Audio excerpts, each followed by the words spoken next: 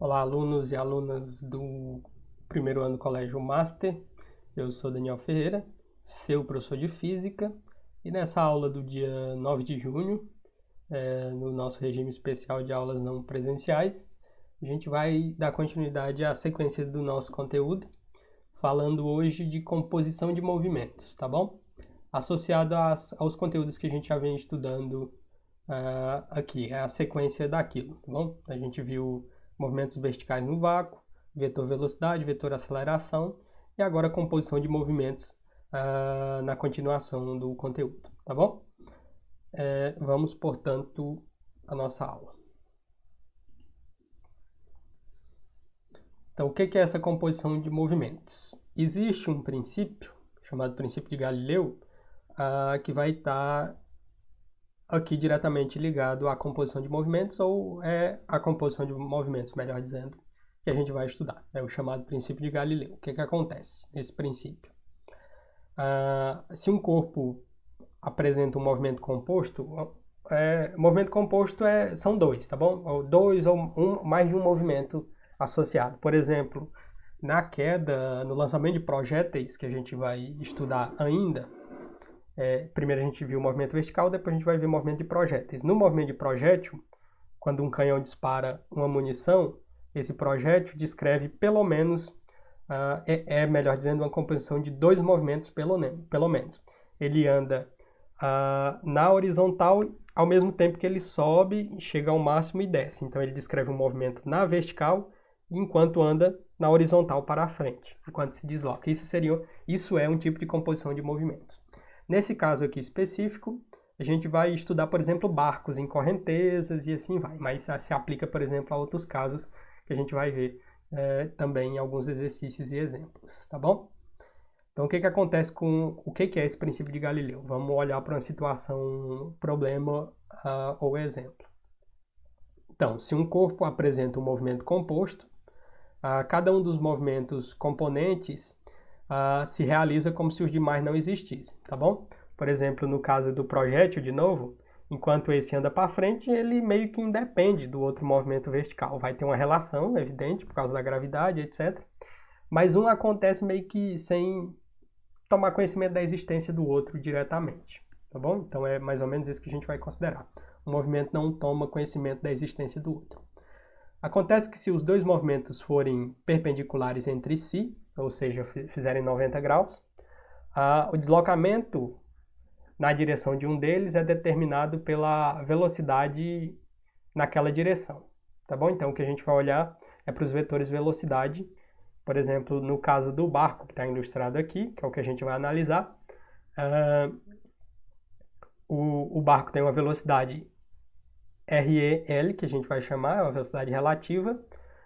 Tem, no caso de uma correnteza, se o rio desce assim, conforme está ilustrado aqui no desenho, o rio desce, então tem a velocidade de arraste da água, a velocidade relativa, que era a que o barco queria, e a velocidade resultante, que é o que ele vai fazer na real.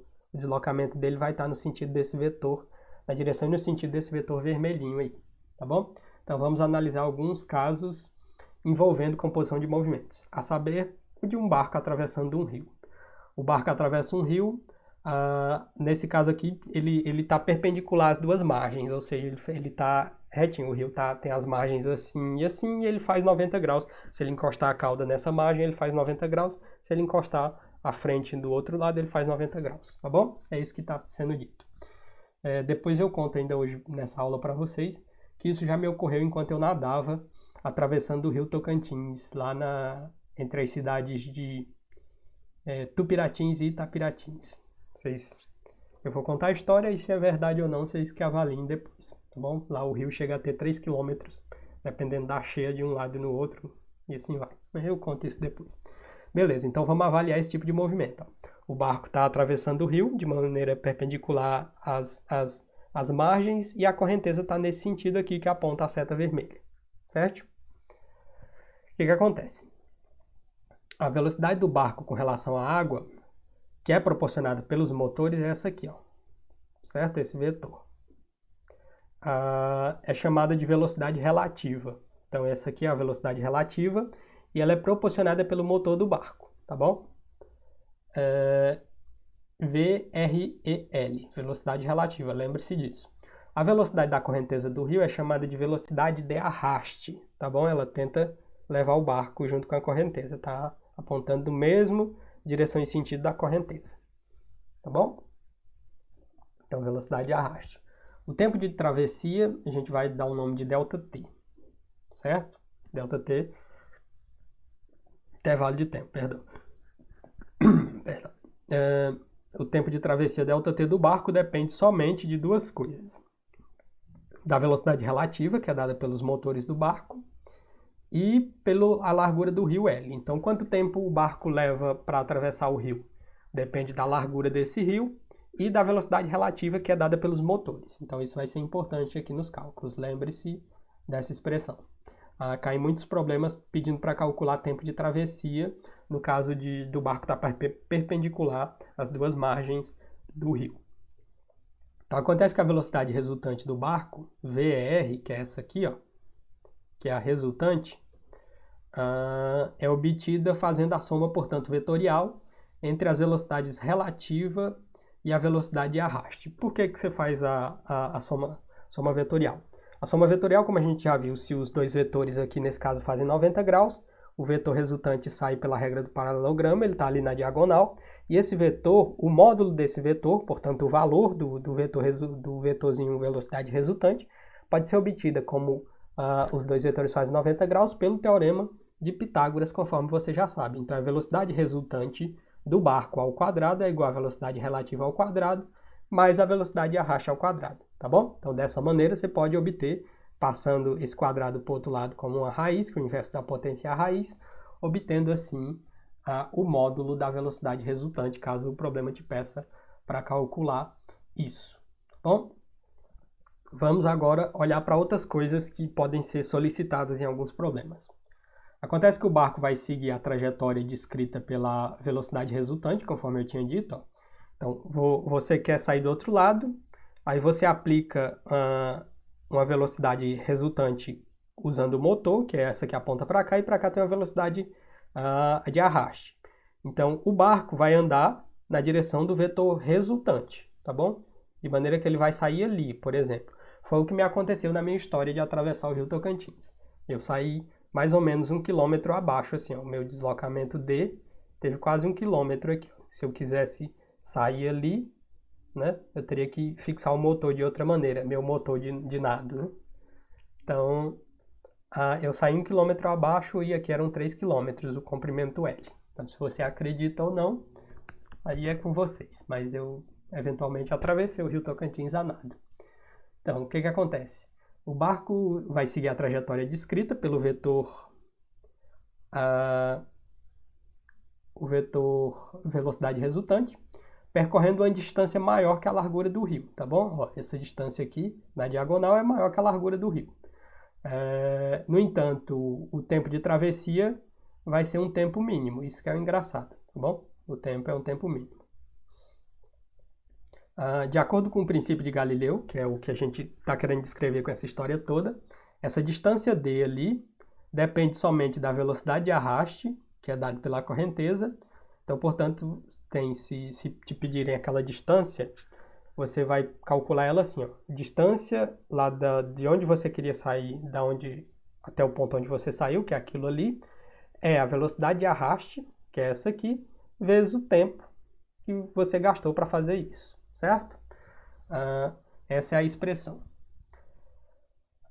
Vamos avaliar agora outros tipos de movimentos também agora, mas ainda assim associados à velocidade de arraste.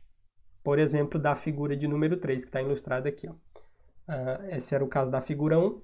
Na figura 1 você tinha o barco atravessando o rio de maneira perpendicular e a correnteza fazendo 90 graus com a velocidade relativa, certo? Velocidade de arraste, barco fazendo 90 graus com a velocidade de correnteza, tá bom? Vamos olhar agora para o caso em que o barco desce junto com a correnteza. Então, evidentemente, como você pode ver, qual que vai ser a velocidade resultante disso aqui? A soma, né? O barco está descendo, a correnteza do rio ajuda, então as velocidades se somam, tá bom? O barco descendo o rio é o caso da figura 3. Então, nesse caso, o módulo da velocidade resultante será a soma dos módulos das velocidades de arraste, que nesse caso está arrastando, ajudando o barco a ser arrastado, e da velocidade relativa do barco, tá bom? Essa velocidade relativa, de novo, é medida pelos motores, e a velocidade de arraste é da correnteza. E a resultante, nesse caso, que o barco desce o rio, é a soma dos seus módulos. Então, velocidade resultante, mais uma vez, soma dos módulos da velocidade relativa e de arraste. Tranquilo? A figura 4 me dá outro caso.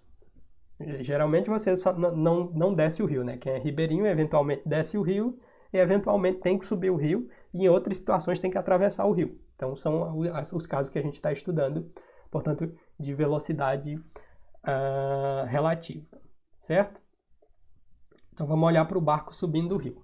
Então você já deve ter percebido que para subir o rio, a velocidade relativa que eu posso obter com o motor tem que ser maior que a velocidade de arraste, senão a correnteza me leva, né?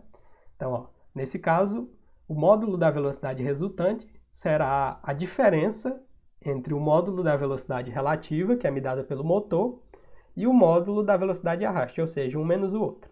Então, para onde eu quero ir, menos a velocidade da correnteza, que é a chamada de arraste, me dá, portanto, o módulo da velocidade resultante. Tranquilo? Então, a gente já viu 3 equações.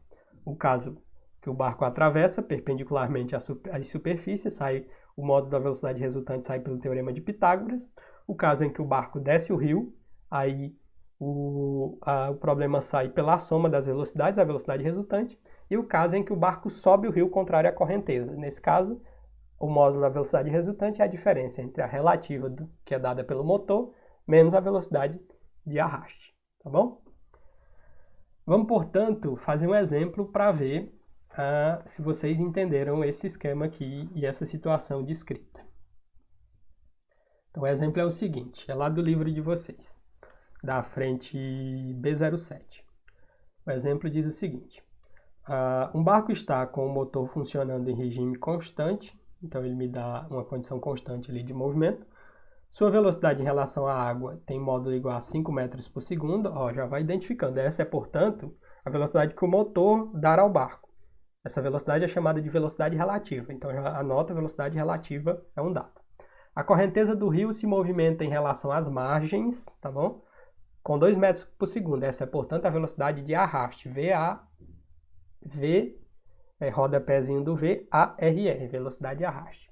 Também constante, sempre a mesma, supondo um regime constante ali de descida das águas, que dá essa velocidade.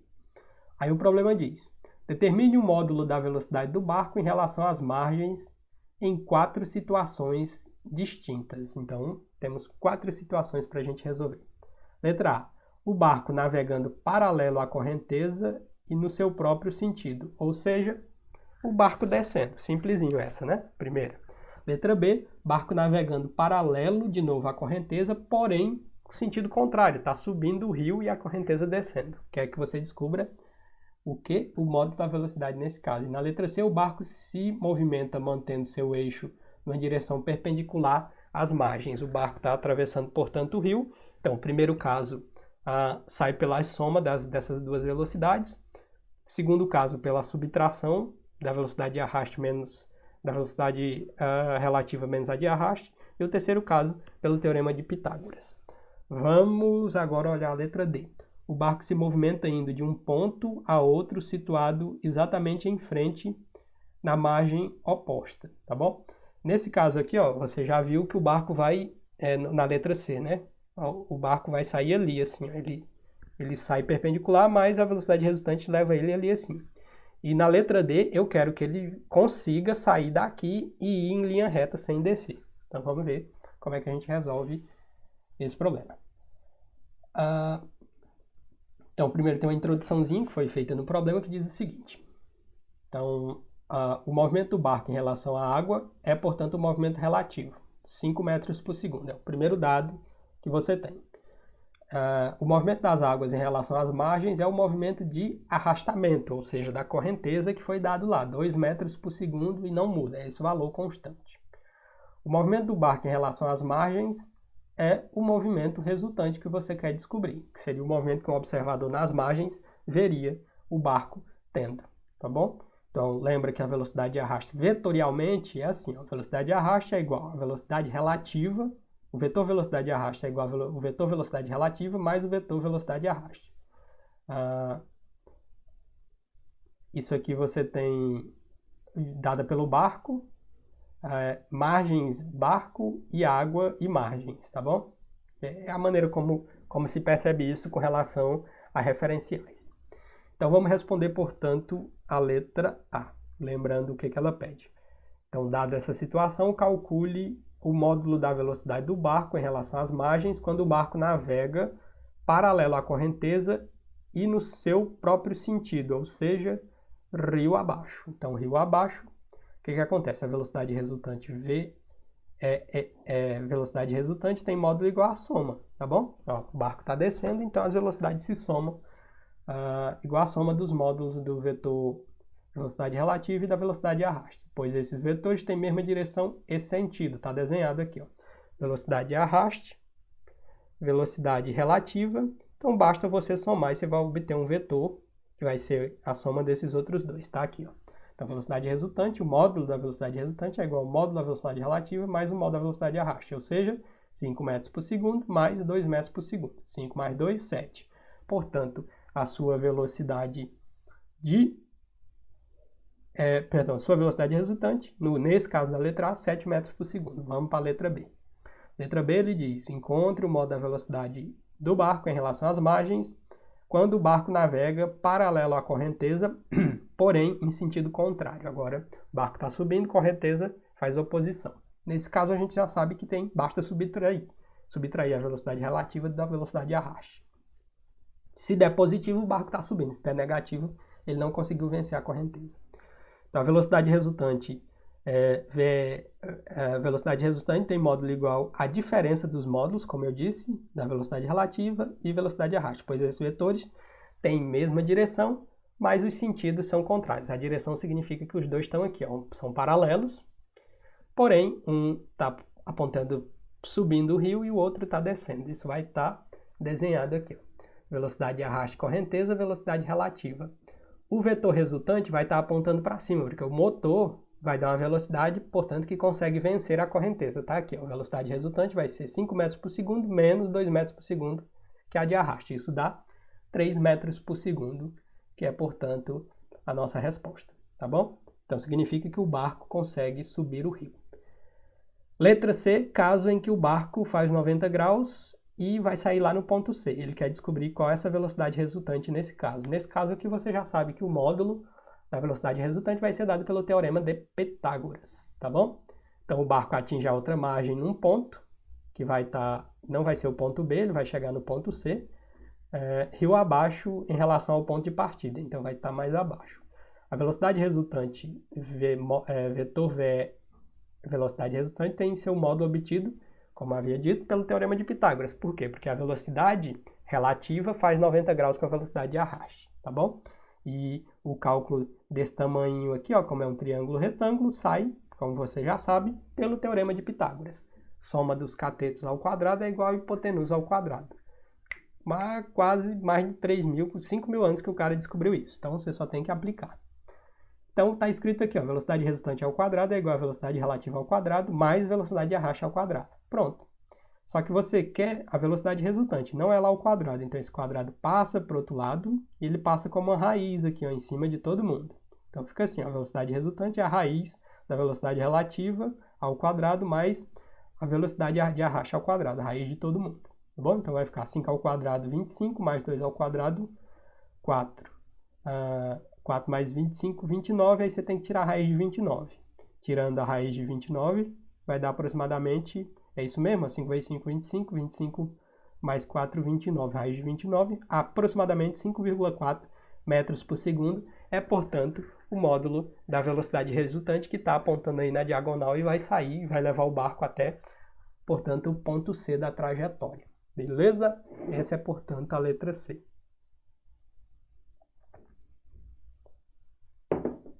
Vamos olhar a letra D. O que solicitava mesmo? Determine o modo da velocidade do barco em relação às margens. Para o barco para o barco quando o barco se movimenta indo de um ponto a outro situado exatamente à frente da margem oposta. Então agora eu quero que o barco saia no ponto B. Vamos ver como é que faz isso.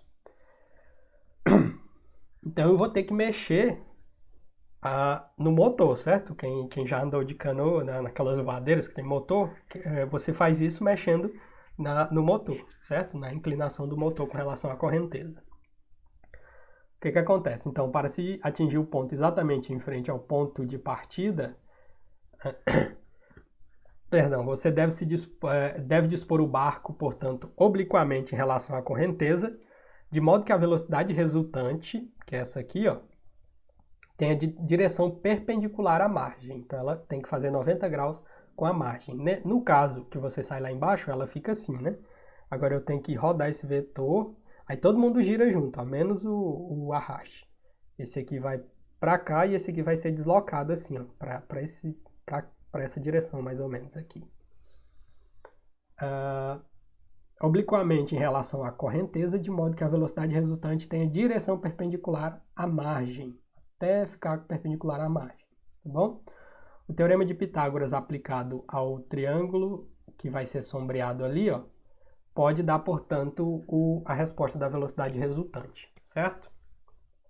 Então, como eu girei, ó, a velocidade de arraste não muda, porque o rio está sempre descendo, mas esse vetor que estava assim, e esse que fazia 90 graus com esse.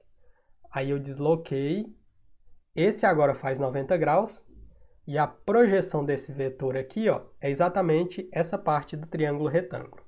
Engraçado, né? Então, significa que esse vetor aqui, ó, ele aparece aqui, ó, ele é projetado aqui, o tamanho dele. Então, para eu calcular o módulo, de novo, vai ser por teorema de Pitágoras. Só que agora, a velocidade resultante não é mais o cateto do triângulo, ele não é mais a hipotenusa do triângulo, agora ele é um cateto, tá bom? Então, acontece aqui, pelo teorema de Pitágoras, você tem que a velocidade relativa, que agora é a hipotenusa ao quadrado, é igual à velocidade resultante ao quadrado, mais a velocidade de arraste ao quadrado, que era um outro cateto desse triângulo. Então vai ficar assim, ó. Lembra que eu quero descobrir a velocidade resultante, então eu vou trocar ela aqui, ó. Acontece que a velocidade de arraste vai passar para o outro lado subtraindo, já que ela está positiva, ela apareceu aqui, e ficou, portanto, a velocidade resultante isolada ao quadrado é igual à velocidade relativa menos a velocidade de arraste ao quadrado, tá bom? Porque, de novo, a velocidade resultante agora é um cateto, a velocidade resultante agora é um cateto do triângulo e não a hipotenusa, por isso vai ficar menos aqui, beleza? Basta substituir agora os valores, vai ficar assim, ó, 5, que é a velocidade relativa que ele deu no problema, 5 ao quadrado 25, menos 2 ao quadrado, que é 4. 25 menos 4 vai dar 21, e lembrando que esse quadrado tem que passar para o outro lado, ele vai passar como raiz. Raiz de 21, 4,6 é, portanto, a nossa resposta. Então, se você que pilota de voadeiras quer sair exatamente do outro lado, fazendo 90 graus com a superfície aqui e sair do outro lado, você tem que deslocar o vetor resultante para ele ficar fazendo 90 graus com a superfície do barco, tá bom?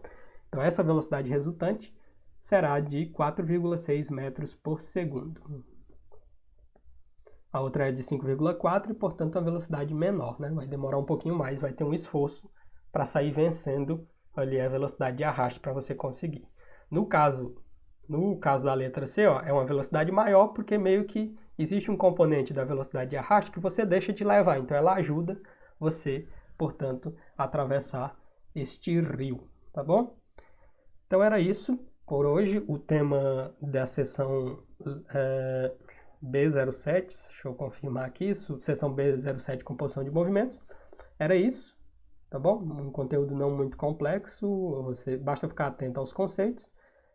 Vou deixar eventualmente uma lista de exercícios para vocês agora, depois da aula, e a gente chega, portanto, ao fim dessa aula.